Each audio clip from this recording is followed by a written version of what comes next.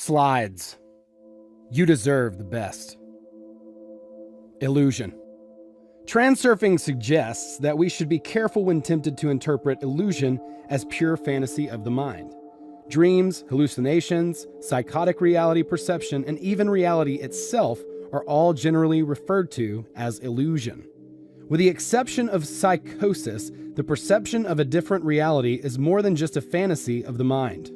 Dreams and hallucinations are experienced as a result of the soul's journeying through the alternatives space.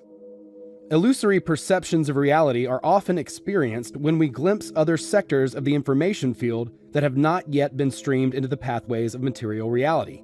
And finally, reality itself is no illusion. Anyone bold enough to claim that all they perceive is nothing more than an illusion has too high an opinion of themselves. For some reason, man has assumed that he must be capable of understanding and providing a rational explanation for all natural phenomena, when in fact, we are only capable of understanding some of the laws of the universe and some of life's many manifestations.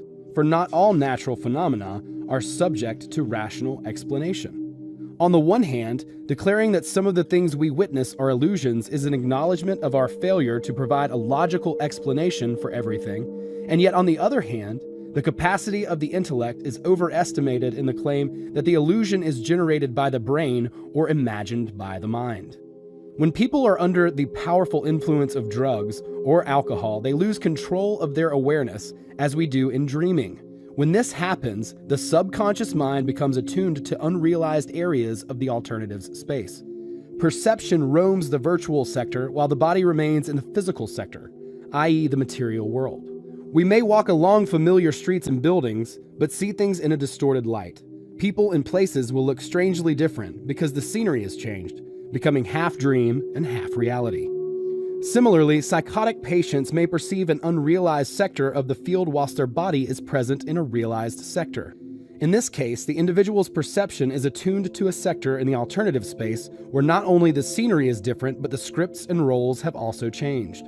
People with mental health issues are not necessarily ill in the normal sense of the word. It is assumed that a patient simply imagines themselves in the role of Napoleon or some other odious personality, but they may in fact be experiencing an alternative reality. The alternative space contains infinite possible realities. The individual simply chooses the alternative they feel the most drawn to.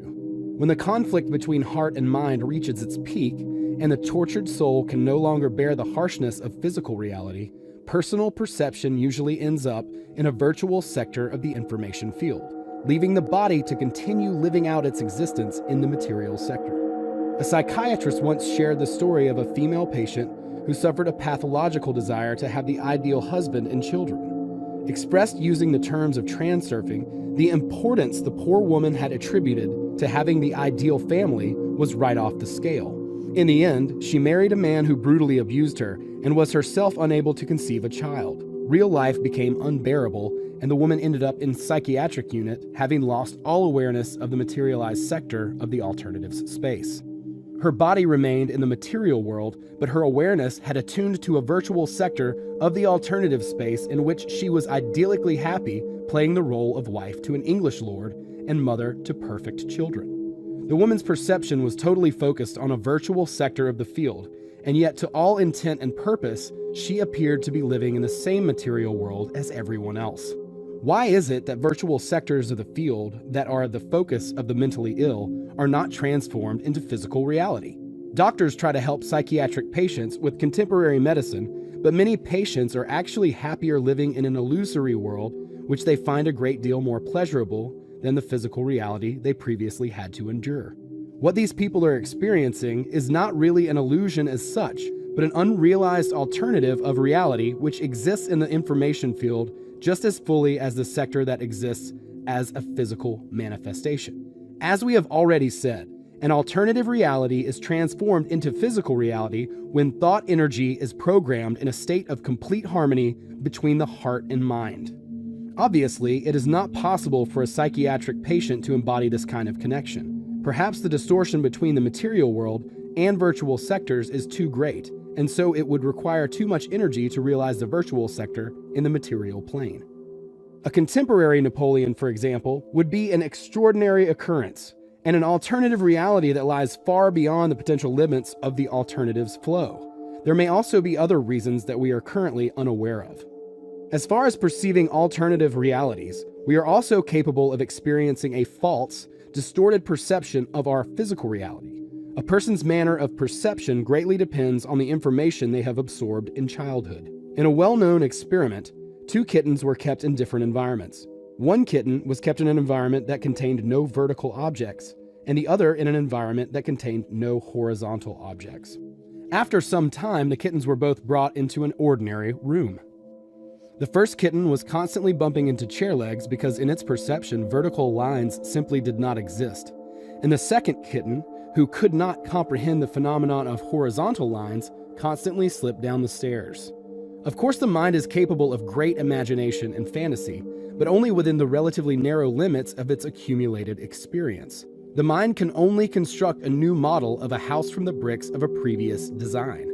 So where is the line between imagination and actual perception of another reality? It is a fine line that has no concrete boundaries, and yet this is of no great relevance to the purpose of this book. What is important, however, is how our internal beliefs affect our perception of reality and how this reflects on a person's life. Next, we will explore what lies at the root of a distorted perception of reality and how strongly this distortion can influence the shape of one's physical reality. Distorting reality. No individual is capable of a totally objective perception in the world around them. It is like inserting a slide into a video projector. Uniform light passes through the film and is transformed into an image that becomes visible on the screen. Metaphorically speaking, the light represents the world around us. The slide represents our worldview, i.e., the model of our understanding of the world. And the image on the screen is our perception of things. How individuals perceive themselves and their environment is always relative to the truth. It is our personal slides that introduce the element of distortion. For example, when a person is obsessively concerned with some symptom or personal shortcoming, they tend to experience a feeling of inferiority and low self-esteem. They also tend to assume that their weaknesses matter to other people as much as they do to themselves. So when they are communicating with others, they insert an inferiority complex slide into their projector, which makes them see things in a distorted light. You might, for example, be worried about how you are dressed. It might even seem to you that other people are looking at you with disdain or sneering at you. However, the people around you will not be thinking anything of the sort. The negative thoughts are all in your own head in the form of a slide which distorts your picture of reality. As a rule, most people are 90% preoccupied with thoughts of their own person. Even if you are sitting through a job interview, you can be certain that the interviewer is thinking more about how well they are playing their own role than they are about the suitability of the interviewee. Slides distort your perception of what other people think about you. A slide is a distorted picture of reality. A slide is something you carry around in your brain that others do not have in theirs. For example, you might consider your looks to be insufficiently attractive. If the thought does not particularly bother you, then no distortion is created. Things are what they are. The issue is not so much what you think of your personal appearance, so much as the wider influence of the corresponding slide can have on your life. If you are worried about appearance, you will create a slide in your head that reads, "I am not beautiful or handsome," and you will look at the external world through the slide as through a filter. The corresponding image is a slide because it exists solely in your own thoughts. Only potential partners, a very small percentage of the people you come into contact with, actually evaluate, i.e., attribute importance to your external appearance. No one else particularly notices what you look like. If you do not believe me, ask the severest arbitrator you know, yourself, how much the outward appearance of people you meet matters to you if they are not part of your immediate circle as a potential partner or competitor. It probably does not even occur to you to question whether you find these people attractive or not. Other people think the same way, or do not think at all, with regard to yourself. Even if you think you are ugly, you can be certain that the same principle applies. Ugliness makes an impression only in the first moment of meeting, but after that, it ceases to attract attention, like any other part of the scenery. So let us suppose that you have inserted a slide into the mental projector relating to your seemingly unattractive appearance. You will perceive other people's behavior, be it a look, facial expression, or other aspect of body language through the perspective of the slide. What will you see as a result? You will see a sneer in a welcoming smile and hear mockery in the sound of happy laughter. You will be convinced that quiet whispering is other people gossiping about you. A random glance is interpreted as an askance look. All someone has to do is wince from indigestion and you think, "Lord, what must they be thinking of me?" Finally, any compliment makes you feel patronized. Yet people will be thinking nothing of the sort. It will all be in your head, fashioned by a slide of your own making. Your behavior is also affected by your thoughts, which can make you genuinely unattractive. You may start making awkward gestures with your hands, not knowing where to put them. Your face will become distorted by tension, and all intelligent thought will disappear as the inferiority complex claims the seat of domination in your mind. As a result, the slide in your imagination is played out in the material dimension. The action of slides is twofold. Firstly, their bias skews the perception of your true place in the world and how others relate to you. Secondly, they distort your perception of the external world. In addition, people have a tendency to perceive the self-deprecating qualities of their own slides in the people around them. For example, when a person dislikes certain innate qualities in their own character, they try to hide them so that they will not have to look at that part of themselves. And yet it is impossible to conceal an unsightly slide. It sits in the person's head, doing its own thing. If you buy into the basic illusion that others think and act just as you do, you will tend to perceive in others the qualities that you dislike in yourself, i.e., hang your projections on others. A projection is when a person's dissatisfaction with self that has been forced into the subconscious pours out onto others. No one wants to criticize themselves for their own unacceptable attributes, and so they tend to ascribe them to other people instead. People are often quick to criticize others for the very things they dislike in themselves. You have probably done the same thing yourself without being aware that you were doing it. Of course, this does not necessarily mean that whenever a person blames someone for something negative, they necessarily embody the same quality themselves, but it is often the case. Observe yourself. The position of the inner guardian in role plays will enable you to quickly tell whether someone is trying to hang a projection on you. If someone is unfairly accusing you of something or accusing you of being something that you're not, ask yourself whether that person embodies the same trait themselves. It is probable that they do, because if you are genuinely not guilty of what you are being accused of, the accuser probably has a slide in their own head that is projecting its image onto you. What serves as the foundation for the slide? What film role does it belong to? The answer is importance. We keep coming back to importance.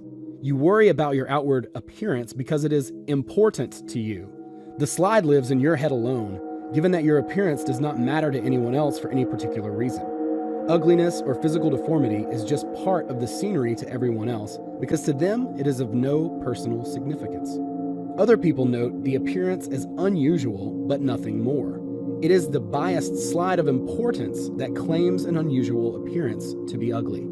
Henri de Toulouse-Lautrec, the famous French painter, broke both his legs in childhood and was physically handicapped for his entire life. While growing up, Lautrec suffered depression caused by the realization of his own ugliness. As the years passed, his physical deformity became all the more evident, causing him to suffer even more deeply. There came a point at which his distress reached its peak, and Lautrec was forced to attempt the inevitable. He finally overcame the limitations of his deformity and threw himself into life. As soon as he let go of the importance of his condition, the slide ceased to exist and good fortune came his way. Aside from realizing his talent as a painter, he was also extremely popular with the ladies. Lautrec was one of the founders of the famous Moulin Rouge Cabaret in Paris. He was loved by many women, and not only for his paintings. Slides are created when you attribute too much meaning to other people's opinions of you.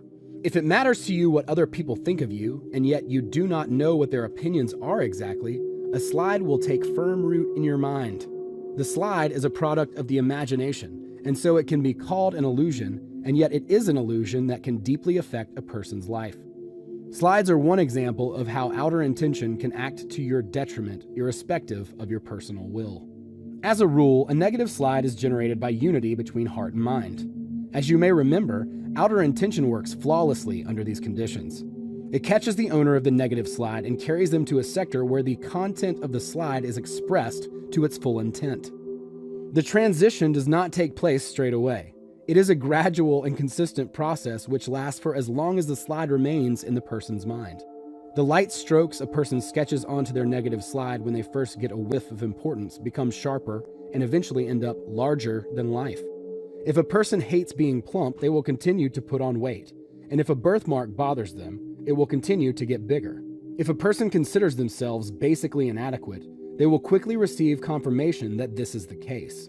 The more a person worries about being unattractive, the greater the problem will become, just as a person tortured by feelings of guilt will find punishment to be forthcoming and plentiful. The behavioral pattern will continue until such time as the person stops ascribing the slide such great importance or switches to creating a positive slide. As soon as importance disappears, the negative slide loses its foundation, crumbles, and ceases to function. All you have to do is insert a positive colored slide, and you will see that it works just as flawlessly as a negative one. Focus on the most positive slides of your personality, and people will perceive you in that light. This is the other positive aspect of slides which can and should be exploited. Positive slides. When you concentrate your attention on the unwanted parts of yourself that you would rather conceal or be rid of altogether, you create a negative slide. The task in this case is to switch your attention to the qualities you do like about yourself and other attributes you'd like to acquire. As we have shown previously, it is not possible to totally disguise your imperfections, but if you want to, you can easily emphasize and develop your strengths and virtues. First of all, you should take stock and look at your negative slides. Ask yourself what it is you do not like about yourself. What would you rather hide or be rid of? Slides are created subconsciously, but now you can wake up and consciously look at your negative slides in the eye. In a conscious state of awareness, you can easily determine what your negative slides are. The mind needs to be cleared of negative slides like we clear our space of unnecessary junk, but it is much harder to clear the mind of slides than it is to locate them. Clearing a negative slide is not like shaving off a beard. So how can you root out your negative slides? If you battle with a negative slide, it will assert itself even more forcibly. You have to deprive slides of their essential foundation, namely your attention and the significance you attribute them. You have to switch your attention from negative to positive. Dismiss with the wave of a hand anything that has been getting you down and give up the internal battle. Turn your attention away from your shortcomings and toward your virtues and any other positive qualities you would like to acquire. Is it important to disguise your shortcomings? If so, this is the basis of a negative slide. Is it important to you to make a good impression? If so, this is the foundation of a positive slide. Nothing changes except the focus of your attention and the importance you ascribe to things. Draw yourself as you would wish to see yourself. You do not have to worry about the danger of indulging in self-deception because you are playing this game consciously. Battling with your failings, on the other hand, you can hide them or dismantle them by setting personal intentions is a self-deception. Create a slide where you see yourself shining in all your glory. Love the you that you see in the slide. Work on the image, embellishing it with detail. The slide does not have to depict a static image. It can be a representation of how gracefully and confidently you move, how elegantly you dress, your aristocratic manners, shining wit and charm, how quickly other people warm to you, or what brilliant problem-solving skills you have. Feed the slide into your mind and forward. Just like a negative slide, a positive slide will directly affect your actions and overall behavior. You will unwittingly, unconsciously begin to adjust to the slide. The main task, though, is for outer intention to fulfill the picture in the slide. You have to recreate the picture in your thoughts until the slide dissolves. What I mean by this is that with time, the slide will become an integrated part of your personality, at which point it will cease to exist. Once you achieve your desire, the slide will cease to be significant. Importance will disappear, and the slide will melt away, but not without first fulfilling its mission. When this happens, the heart will be in harmony with the mind.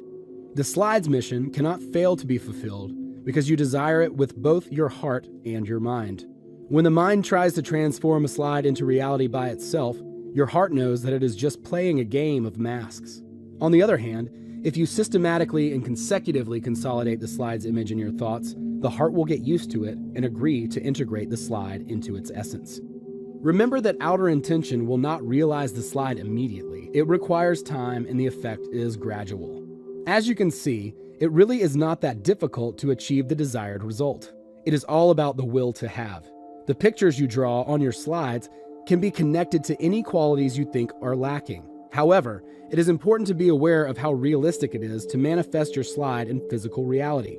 It is better to start with steps that are realistically achievable than to start by drawing a picture of your absolute ideal. With time, you can progress to closer versions of it. One thing you must avoid doing is creating an image that is a copy of someone else you believe already has the qualities you wish to embody. Your slide must be truly yours and not a copy of someone else's.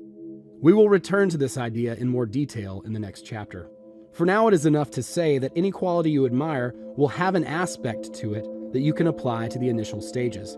Bravery can be represented by resoluteness, beauty by charm, strength by dexterity, the ability to talk by the ability to listen, intellectuality by awareness, and physical perfection by confidence. By setting realistically achievable goals, you give outer intention the opportunity to fulfill your minimum order more quickly, which means it can then be set about realizing more complex tasks. Positive slides will take effect more rapidly and effectively if you interact with people you have not met before, as they will have no previous conception of you. This could be at an interview, a competition, a party, or some other event. Feed the necessary slide boldly and fearlessly into your mind. Remember the picture on the slide and hold it constantly in your awareness. Indulge yourself and disregard any doubt or wavering that might pop up, such as, what if it does not work? Avoid the trap of thinking you have something to lose. Let go of your doubts and anxieties. If your will to have is strong enough, you will achieve your maximum potential and sometimes even incredible success. Positive slides can be created not only in connection with your personality, but also in relation to the outside world. This type of slide lets the positive in, but blocks the negative out. If you remember in the chapter, The Wave of Fortune, we discussed the transmission of positive energy. In any scenario, it is most advantageous to be open to all that is good and to ignore anything bad. At an exhibition, you stop to look at the exhibits you find attractive and walk indifferently past the others. The outside world differs from an exhibition in that if you do not pass negativity by indifferently, it will start following you around. By the same token, if you accept it joyfully, the positive will never leave you. It might seem that positive slides are like rose-tinted glasses. Contrary to the established view of things, rose-tinted glasses are the invention of pessimists, not optimists. Pessimists are pragmatically fearful of seeing everything in a rosy light and hence instructively warn optimists against doing so. This pragmatism is nothing more than a negative slide. The pessimists cannot allow themselves the luxury of having, and so they receive accordingly. There is no need to worry that the positive slide will skew your perception. In the majority of cases, the element of inner control will make sure that any distortion is relatively minor. The distortion brought about by a positive slide will be beneficial, as long as you do not go to the extremes of imagining yourself to be a Napoleon. Everything should be approached in good measure, not forgetting the dangers of excess potential. In contrast, the distortion created by a negative slide can do immeasurable harm, but the fact of the distortion is not the primary issue. The main feature of a slide lies in that fact that outer intention will slowly transform it into physical reality. Widening your comfort zone. Are you filled with the ambitious desire to become a star or a millionaire? If so, can you give yourself permission to become one? Most people believe that fame, money, and power are the privilege of the chosen few. But if this is the case, who chooses the chosen ones? Primarily, they chose themselves, and only later is the choice confirmed by others. If you dream of something but cannot allow yourself to have the dream, it just will not happen. A homeless person may stand in the street gazing through a window at a Christmas table, but can they allow themselves to sit at the table and eat? Of course, if invited, they would accept. It takes decisiveness to walk into a house and sit at a table, i.e. inner intention. But as the homeless person is well aware, who would extend such an invitation to them? The Christmas table exists in the layer of someone else's world. Is the homeless person ready to have this table in their own home, in the layer of their own life? They know that they do not have the house or the money, or the means to earn it. Outer intention will not give the homeless person anything, because at the level of pure common sense, they are not actually ready to have. Suppose you want to get rich. Would you be ready to accept this gift of fate? Of course, if someone were giving away a spare million, we would all find it in ourselves to accept the gift without any problem. Wealth will not ruin your life, as some films with a moral try to teach us. But this is not my point. Are you ready to take the million? You are probably thinking that I mean that the million must be earned and won, but this is not what I mean either. Are you simply ready to choose and allow yourself to have? You have come to terms with the idea that you will achieve your goal. If you want to be wealthy but are afraid of walking into expensive shops, you will not achieve your goal. If you experience discomfort when visiting an expensive shop, it means you are not ready to give yourself permission to own expensive things. The shop's assistants in such places can tell immediately who they are dealing with: a potential buyer or a window shopper with an empty wallet. A buyer acts as if they are in control and holds themselves in a calm, confident, and dignified manner, aware of their right to look around and choose. The curious window shopper, who is hungry with desire but poor, behaves like an unwanted guest. They have a tense, stiff, slightly inhibited manner. They sense the evaluating looks of the shop attendants and all but apologize for daring to appear in such a prestigious place. The merely curious visitor simultaneously creates a whole range of importance potential: desire, envy, feelings of inferiority, irritation, and dissatisfaction, because not only is the shopper not ready to allow themselves to have all this material wealth and luxury, they do not even consider themselves worthy of it. For the mind harps on, none of this is for us. We are poor. We need something a little more modest. And the heart takes what the mind tells it literally. Give yourself permission to be worthy of the luxury. You genuinely deserve the best. Destructive pendulums only instill the idea that you must cut your coat according to your cloth, because it is to their advantage to keep you under control. Walk boldly into expensive shops and look at their wares with the manner of an owner and not a servant to a wealthy house. Using self-suggestion to persuade yourself that you can afford to buy expensive things is of course futile. So how can you find a way of believing and giving yourself permission to have? To begin with, let us distinguish between the realms of inner and outer intention with the phrase, "Be willing to give yourself permission." People who are used to thinking and acting within the limits of inner intention tend to be quite categorical. Quote, "I cannot afford this, full stop. What else is there to say?" End quote.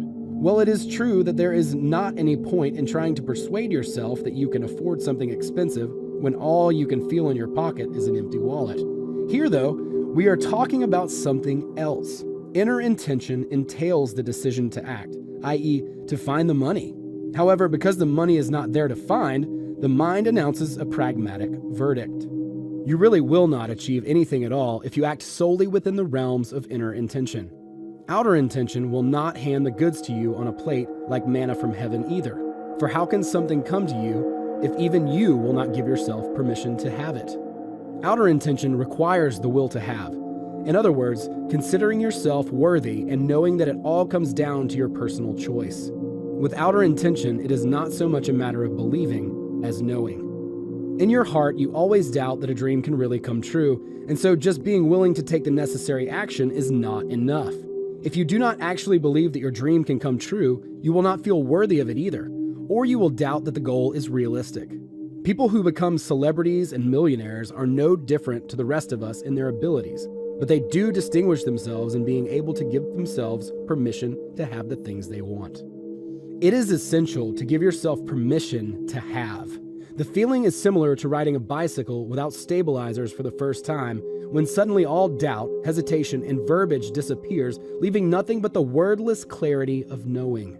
The feeling of clarity without words, knowledge without faith, confidence without hesitation comes from the unity that exists between heart and mind.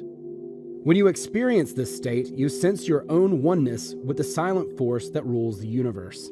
This force catches you and carries you into a sector where the subject of agreement between heart and mind can be manifest. Everyone is free to choose whatever they desire, but far from everyone believes in this overriding principle of indulgence and leniency. No matter what I say, you may not yet fully believe in the freedom of choice. Because the majority of people still live under the power of pendulums, life tends to give examples of the opposite.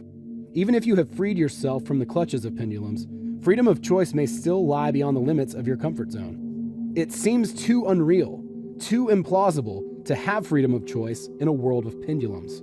In your heart, you probably do not believe that achieving a remote goal is down to personal choice. However, positive slides can help include the implausible into your comfort zone. When the idea that any dream is achievable no longer makes you uneasy, doubt will melt away and faith will be transformed into knowledge. The heart will come into harmony with the mind and the will to have appears. It is futile to try and convince the heart of anything. The heart does not reason, it just knows. The heart can be taught, however, and is capable of embracing a new comfort zone. This requires a slide. With the help of slides, unity between heart and mind can gradually be achieved. The fortress is taken by lengthy siege. Create the dream slide in your mind and hold it in your awareness constantly. Return to the picture you have created again and again and refine the details constantly, adding new elements to it. Do not look at the slide from the standpoint of the objective observer. Delve into it, live it, at least virtually. Pinch yourself every time you find yourself picturing the slide like an image from the film on a flat screen, as this is not very effective. You have to mentally play out the scenes, experiencing yourself as a direct participant rather than a cinema goer. Whatever you are doing, conjure up the slide in your mind's eye as often as you can. You can think about other things, but the picture should always be there in the background. Seeing the slide has to become habit. A slide will only bring results if it is reproduced systematically over a period of time. Express an active interest in anything that relates to the object of your dream. Absorb all the necessary information, allowing it to penetrate the layer of your world. It helps to play your slide out in real life, at least formally. For example, in those expensive shops, you can practice how you would like to choose. Do not think about the money and do not look at the price tags, because money is not the goal so much as what you can buy with it. It is enough simply to be around expensive items, to feel the taste of them, to spend time choosing calmly, looking around and evaluating the items on display. Allow all these things into your personal space. Look at the items as if you were planning to purchase them soon, and not as if they represented an unattainable luxury. Pretend you own the goods already. Let the shop assistants think you are the potential buyer. Play at being a buyer who is discerning in their taste, being careful not to be superior. By letting these things into the layer of your world, you will gradually attune to a lifeline in which they can be yours. There is no need to be concerned with how the things you want will become yours. If you are resolute in your desire to have, outer intention will, without your knowing how, find a way you would never have suspected. When this happens, do not be surprised. Do not try to convince yourself that it is a coincidence or show of mysticism. I do not remember now who exactly said, "Coincidence is a pseudonym for God," when he does not want to leave his signature. Whenever you feel the slightest sense of awe for the world of your dream, drive the feeling out of your mind. Outer and inner importance are obstacles on the path to unity of heart and mind. This is your world, and there is nothing in it that is unavailable to you. The world of your dream should be joyful and at the same time commonplace. When something is yours, it seems unremarkable and has an everyday quality to it. So in order to attune yourself to a lifeline that corresponds to your dream, you have to feel as if you already had it.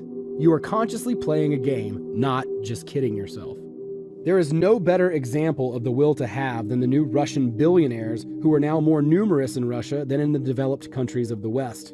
During perestroika at the end of the 1980s, certain lightweight politicians decided that a socialist economy could immediately be transformed into a market economy if everything were to be privatized.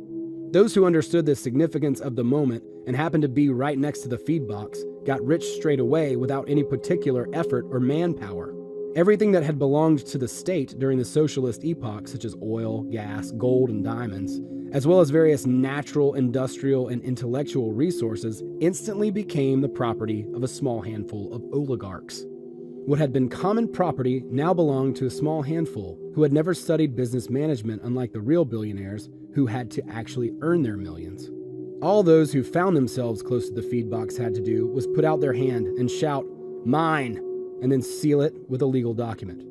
On what basis did property that was previously common come to be owned by this elite group of individuals? This period in Russia's history is of course unique, but there were many other talented people around at the time who ended up with nothing. So why these few? The individuals who finally reaped the resources were the ones who gave themselves permission to have. The newfound wealthy few suffered no feelings of guilt, qualms of conscience, doubt, or sense of inferiority. They did not consider themselves in any way undeserving, and it never occurred to them to feel guilty for shopping in expensive boutiques.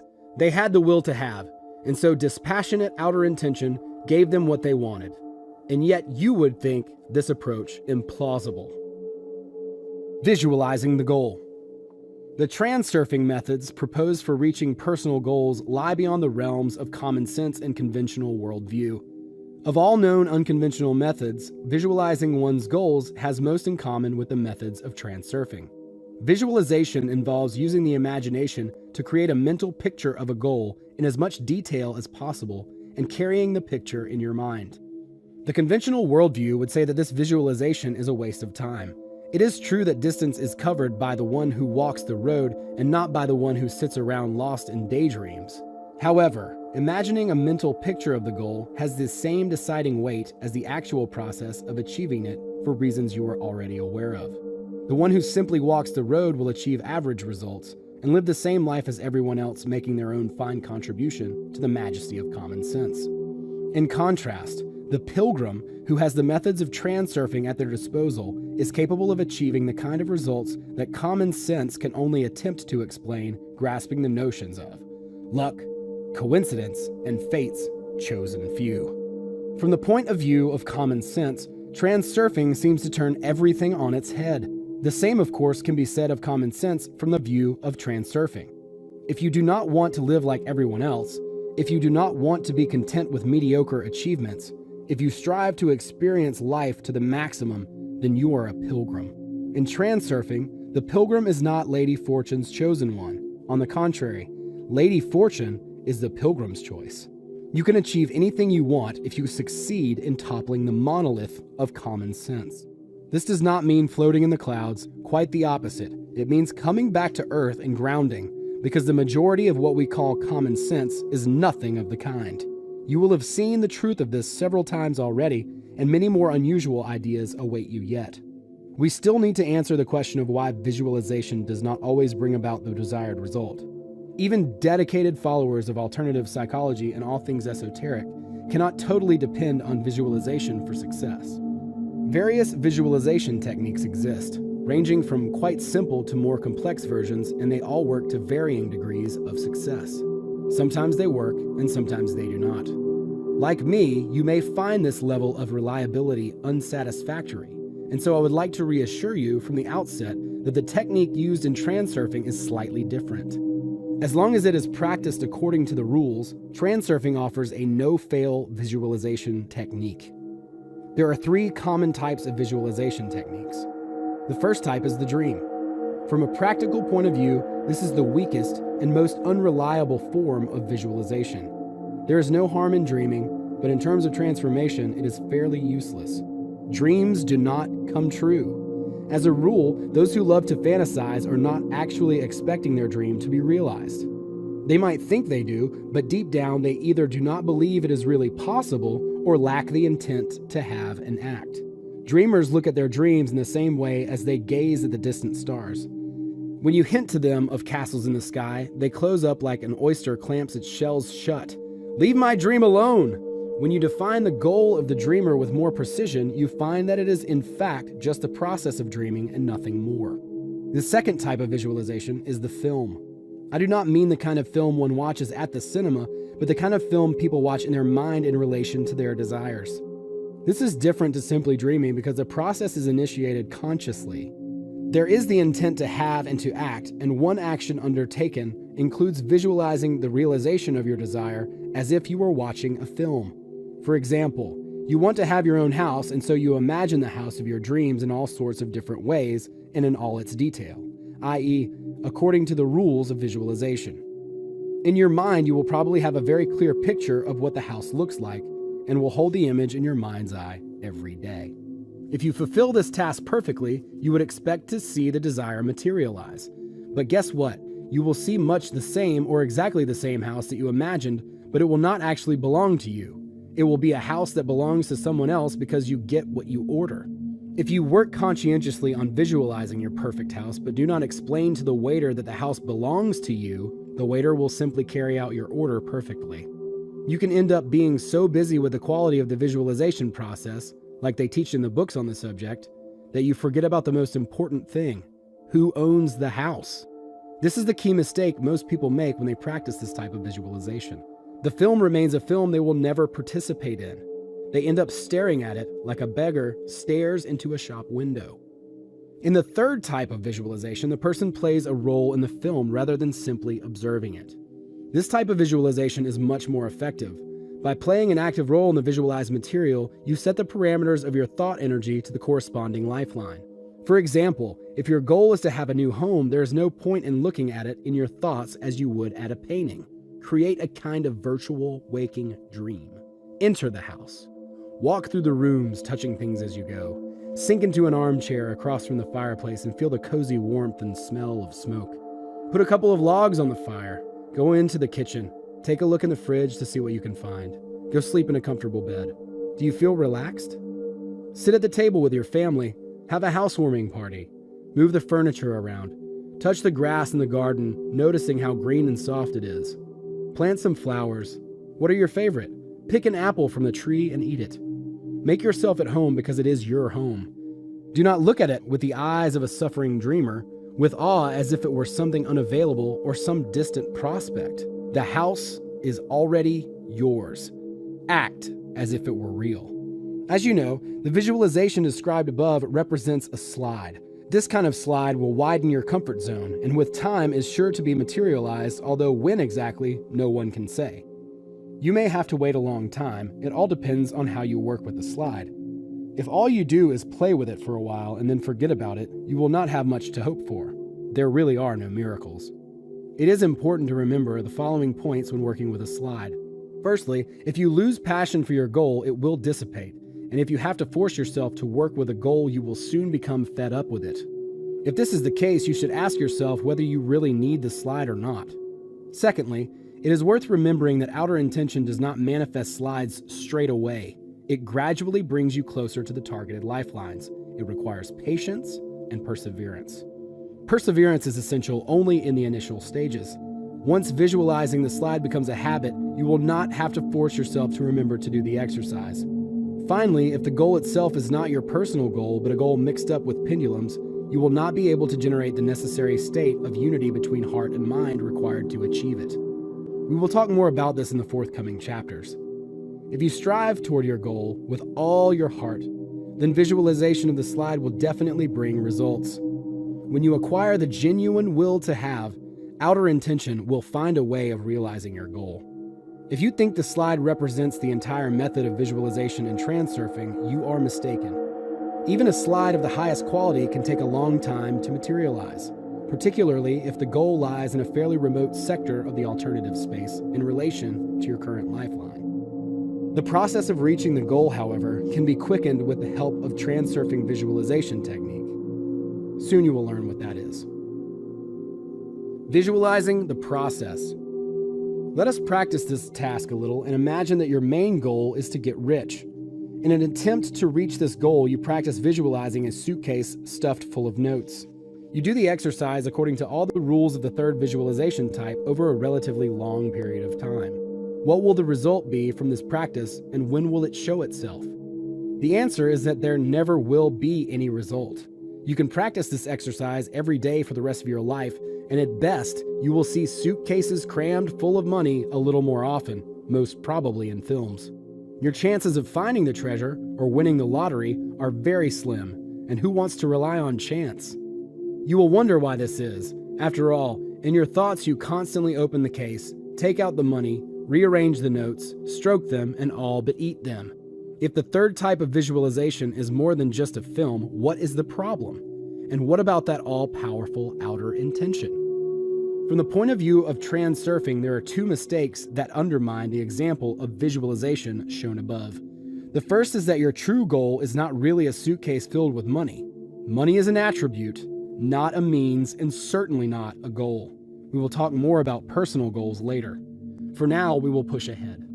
The second mistake is that concentrating attention on the end goal will not move you toward that goal unless you are already just one step away from achieving it. Of course, your comfort zone will be widened and outer intention will gradually take effect, but you are not helping it. You have to at least put one foot in front of the other. And yet, the fact that you have to act as well as visualize is not the point here, as we are still discussing the practice of visualization. Until now, experience has told you that if you want to achieve something, you have to focus all your thoughts and efforts on your goal. Now you have to forget this idea. As I promised in the beginning, transurfing undoubtedly works, but you have to let go of commonly held ideas and embrace new ones that may seem a little incredible from a more conventional standpoint. We will explain how visualization in transurfing is fundamentally different to other visualization techniques. As you know, desire is the concentration of attention on a goal. Intention is the concentration of attention on movement towards the goal. The driving force behind any action is intention and not desire. Hence, what moves you to the goal is to visualize the process of moving towards the goal, rather than to contemplate the goal itself. Intention becoming realized is a process, not a fixation on one single frame. Although, of course, that does not mean that the goal cannot be part of the mental picture. The mental picture of the goal should serve as the background to the central focus, which is the process. Visualization of the process differs from visualization of the goal in the same way that intention differs from desire. Desire is ineffective. We return once again to the example of lifting your arm. Imagine that you want to raise your arm. First, think about the fact that you want to raise your arm and the result of that desire, i.e., the arm in a raised position. Now, lift up your arm. At the first stage, desire is strong, but nothing happens. There is simply a statement of the fact of the desire and a mental picture of the goal, the raised arm. At the second stage, intention is in action and continues to take effect for the whole time the arm remains in a raised position. During this process, the goal is understood to be the final image towards which one strives, but attention must be concentrated specifically on the process of achieving the goal. Finally, to desire something, to imagine oneself at the desired destination, is sufficient in the early stages. But to progress any further, you have to move and carry out a concrete process. These comments might seem trivial, but look at the conclusion they prompt us to make. Visualization of your goals is the work of desire, which will not bring you a single step closer to your goal. Your visualization will effectively be a dummy run. In transurfing, the visualization practice involves imagining a mental picture of the process of moving towards your goal based on the principle that the goal must be reached sooner or later because the power of intention is working. Movement towards the goal does not take place in waking as quickly as it does in dreams, but there is tangible movement nonetheless. If you study the chapter Forward to the Past, you will even learn to see movement along lifelines. Whatever you're doing, if it involves a lengthy process, visualizing the process will help. This type of visualization method is not particularly helpful in creative work where the end goal may not yet have acquired distinct contours. What should be understood by visualization of the process in this context?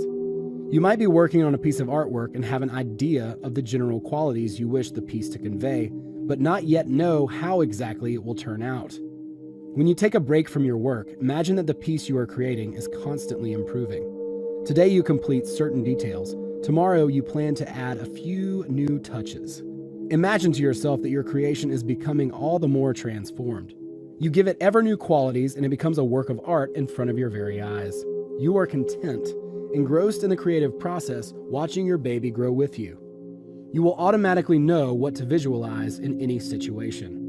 The secret is to go beyond contemplating the nature of your piece to imagining the very process of its birth, development, and perfection. There is no point in assuming that in your mental picture the creation or artistic piece will paint, sculpt, or construct itself. You are the one creating it, and the piece will reach its perfection in your hands. An artist creates and admires their work simultaneously. A perfect example of this is how a mother cares for her child when it is growing up. A mother feeds her child, puts it to bed, and imagines her tiny tot continuing to grow with each passing day.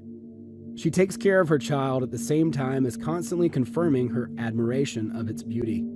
The mother plays with her child, constantly giving it instruction. She contemplates her child's intellectual development, anticipating the onset of schooling. As you can see, in relation to her child, the mother is not focusing on an end result, so much as simultaneously creating and visualizing an ongoing process. The mother does not simply observe her child's growth. She takes part in it, all the time imagining the child's development and the kind of person they will become.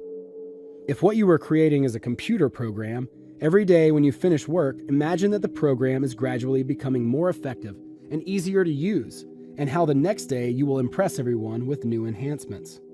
If, on the other hand, you are working on a business project, imagine that innovative ideas suddenly occur to you and that every day you introduce unique proposals.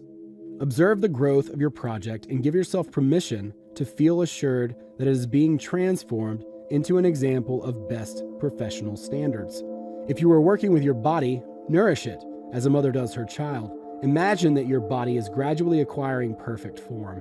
Look after it, train it, and then imagine that you are building more muscle, making your body look more toned.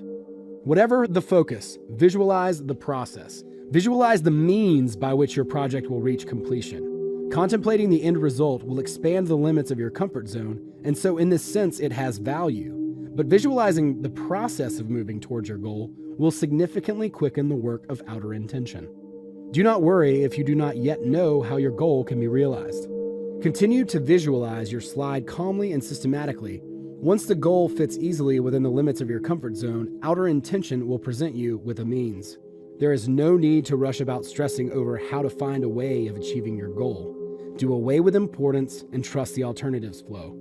Watch the slide, live it, and you will automatically take the right type of action. The method does not stop at visualizing the process either. The material realization of the alternatives space is inert, like resin, which is why, unless you have a Messiah's mastery of outer intention, the transition has to occur gradually. Gradually not only means continually, but also progressively. Herein lies the secret of another aspect of visualization in transurfing. Transfer chains. If the realization of your personal goal lies in lifelines which are quite distant from your current coordinates, it is practically impossible to attune your energy to these lifelines directly. For example, if you are intending to take an exam but have absolutely no knowledge of the relevant subject matter, you cannot attune your energy to a lifeline in which you pass the exam with flying colors. If you know nothing about the relevant subject, you will not be able to visualize your answer to a single question. The path that leads from your current position to your future goal might be quite long, although not necessarily in a temporal sense. It is not only your position that must change, but also your way of thinking, your manner, and perhaps even your character.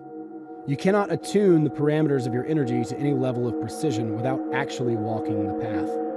If you try to visualize the process of moving towards a very distant goal, you may be tempted to jump ahead and rush events, which is ineffective and leads to frustration and annoyance, which in turn will set balanced forces against you. You can play a slide with a mental picture of the distant future in your mind as often as you like. It will not do any harm. But visualizing the process of moving along a part of the path that you would not naturally be treading for a while yet could end up getting you lost. Imagine that you have to head down a winding river. If you had the option, would you not walk along the riverbank instead of pulling the boat behind you and making a shortcut of the winding riverbeds? If the goal needs to be reached progressively, you will have to work through all the different stages towards it, whether you want to or not. For example, you cannot become a professional in any given field in one fell swoop. You have to first finish your studies, then find work, polish your professional skills, etc. This consecutive path towards a goal in the alternative space is called a transfer chain. Every link in the chain represents a separate stage.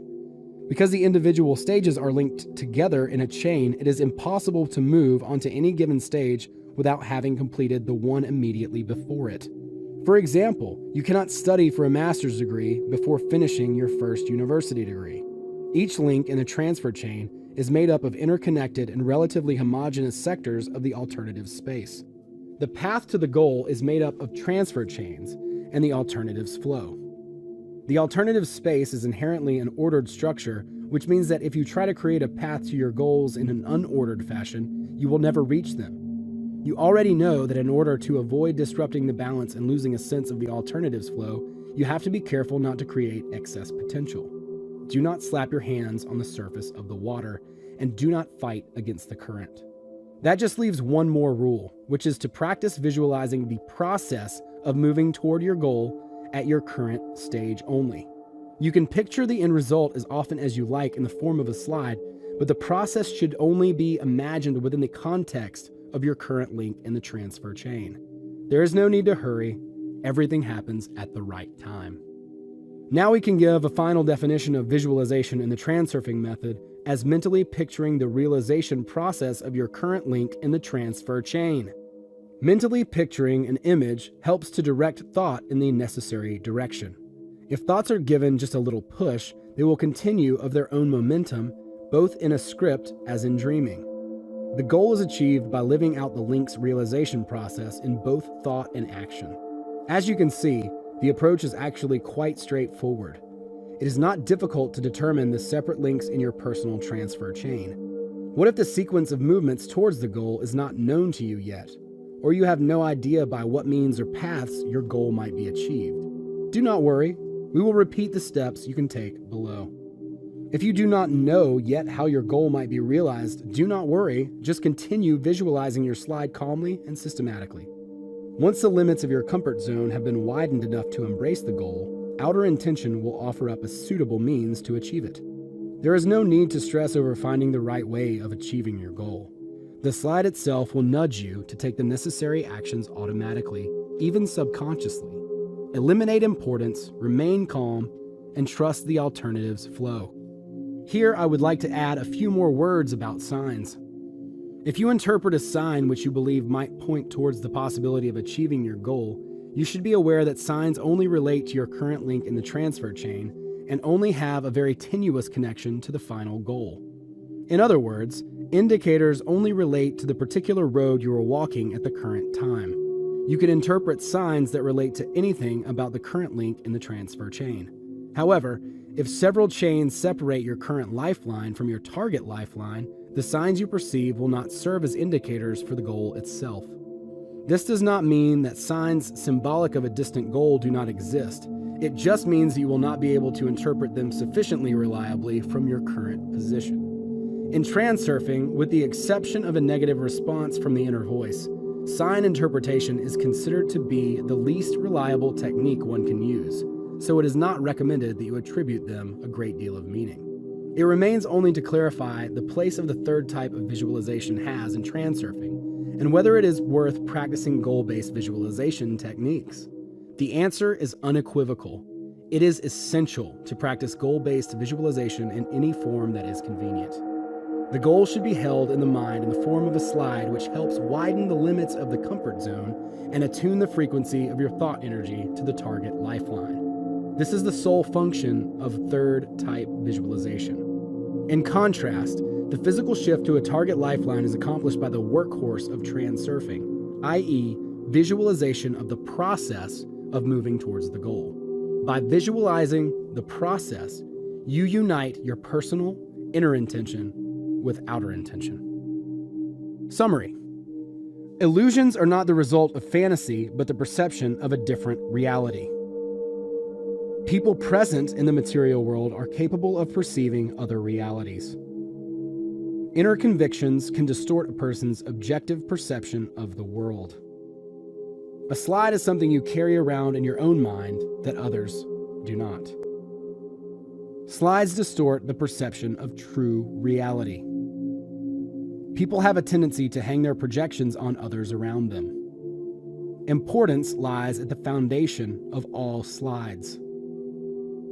As soon as importance disappears, the slide ceases to exist. Outer intention gradually but consistently realizes the content of the slide. Stop battling with yourself and switch your attention from the negative to the positive.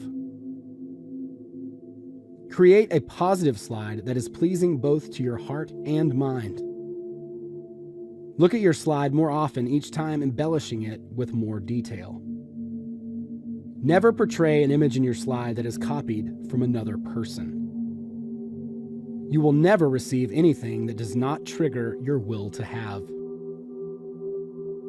Allow yourself the luxury of deserving the absolute best. The will to have is the immutable knowledge that you deserve what you want and that it is your choice. Positive slides help you to push open the limits of your comfort zone to include things that previously seemed implausible. Do not treat the slide as if it were just a picture. Live it, at least in the virtual world. Allow in any information relating to the world of your dream. It is not contemplation of the result, but visualization of the process that moves you towards your goal. Rather than contemplating the result, imagine the process of birth and growth. In transurfing, visualization is understood to be the act of focusing on a mental image of the realization process of a current link in the transfer chain. If it is not clear to you how to achieve your goal, focus on visualizing the slide instead. The slide will take you in the necessary direction.